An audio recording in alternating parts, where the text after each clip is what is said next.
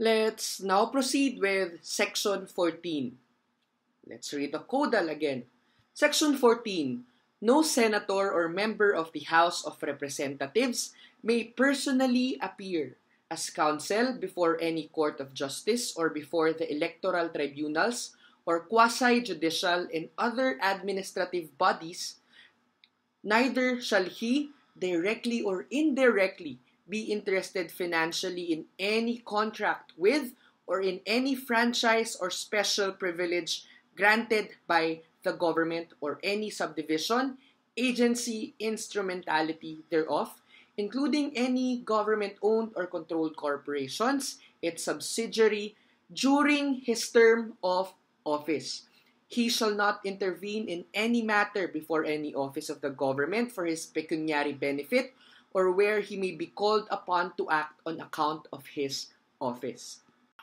So, ang Section 14 basically ay nagbibigay, kagaya ng Section 13, ng mga instances na pinagbabawal na gawin ng isang senador o miyembro ng House of Representatives. So, himay-himayin natin ang mga pinagbabawal sabi sa Konstitusyon. Let's start with the first one. The first one is appearance as counsel before any court of justice, electoral tribunal, quasi-judicial agencies, or administrative bodies. So, pinagbabawal ng ating konstitusyon na ang isang miyembro ng Kongreso, mapa senador o House of Representative, ay mag-appear personally bilang counsel o abogado before any court, mapa korte, electoral tribunal, quasi-judicial agencies, or administrative bodies. So, ano bang essence nun? Una, to remove the possibility of any influence na gagamitin at pwedeng magamit ng isang miyembro ng Kongreso sa pagde-decide ng kaso na pinag-apiran nila. Prohibited pa rin siya kahit na walang fees, na hindi mo pwedeng sabihin na hindi ako nagpabayad dito. Hindi pa rin pwede. You cannot personally appear even if your engagement ay hindi binayaran ng iyong kliyente. Again, indirect appearance is also not allowed. So, kapag ikaw ay mag-a-appear sa korte in any other capacity, hindi pa rin pwede. Kasi according to the Constitution or principles of Constitution, what cannot be done directly cannot be done indirectly. So, hindi pa rin pwede kahit na any other appearance na makakapag-affect doon sa desisyon ng korte or any administrative bodies or agencies. However, in the Constitution, ang prohibition lang ay yung mag-a-appear ka personally. Wala namang prohibition for a member of the Congress to practice law. Okay, so pwede pa rin namang magbigay ng legal advice, pero personally, bawal mag-appear yung miyembro ng Kongreso doon sa mga sinabi nating agencies. Okay, mapa korte, administrative bodies, quasi-judicial agencies. The second prohibition is the financial interest in any contract with the government. So, ano ba yung financial interest muna bago tayo mag-proceed? So, what is financial interest? Financial interest is interest which involves financial investment. So, ang nakalagay dito sa second prohibition is that a member of the Congress shall not directly or indirectly be interested financially in any contract with the government during his term, whether as individual or member of partnership or officer of the corporation. So, yung mga kontrata na with the government ay bawal magkaroon ng ng financial interest. Kunyari, ako ay isang senador, nagbigay ako ng capital sa isang private entity. Nagbigay ako ng 100 million, kunyari.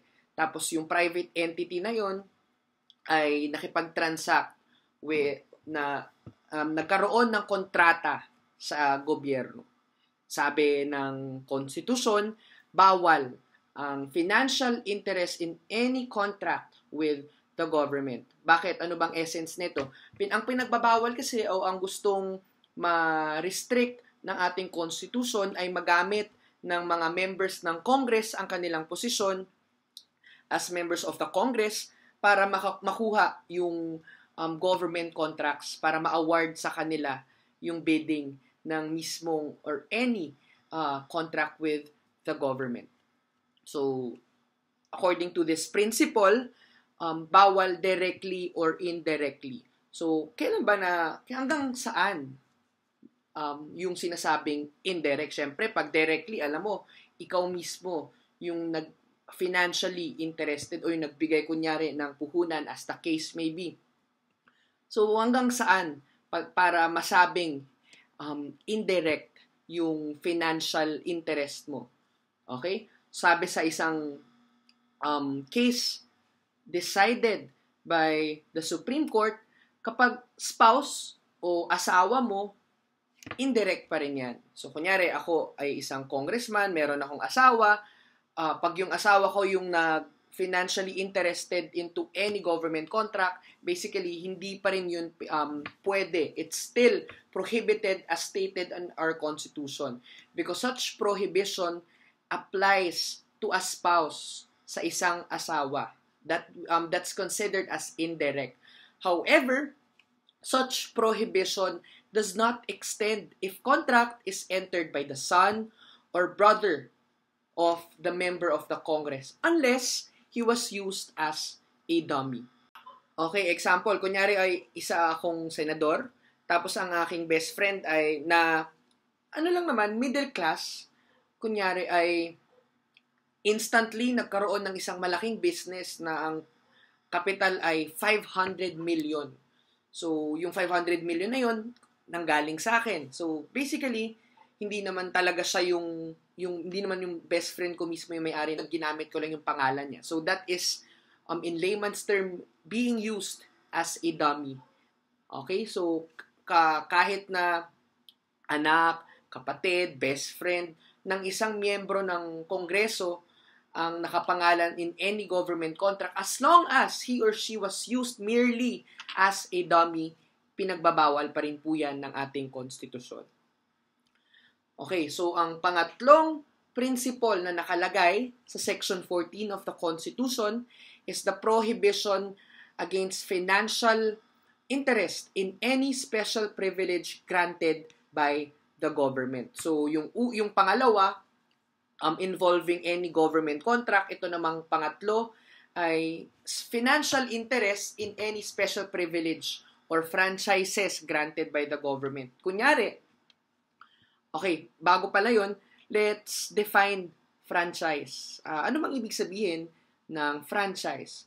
A franchise is an authorization granted by the government enabling them to carry out specified activities. So, yun, alam natin yung ABS-CBN, pinag-aawayan ng ABS-CBN franchise. Kunyari, ako ay isang senador, okay? May isang franchise na ginrant sa, ABC Corporation, okay? Magiging TV network, yung ABCD Corporation, magiging TV network. Ako yung presidente doon. Basically, that's still prohibited. Kasi according to the Constitution, pinagbabawal ang financial interest in any special privileges or franchises granted by the government. So, ang point lang naman din kasi noon, ayaw magamit ng Constitution yung posisyon ng members ng Congress para mabigay yung special privilege or yung franchise, 'di ba? Para hindi magamit yung posisyon nila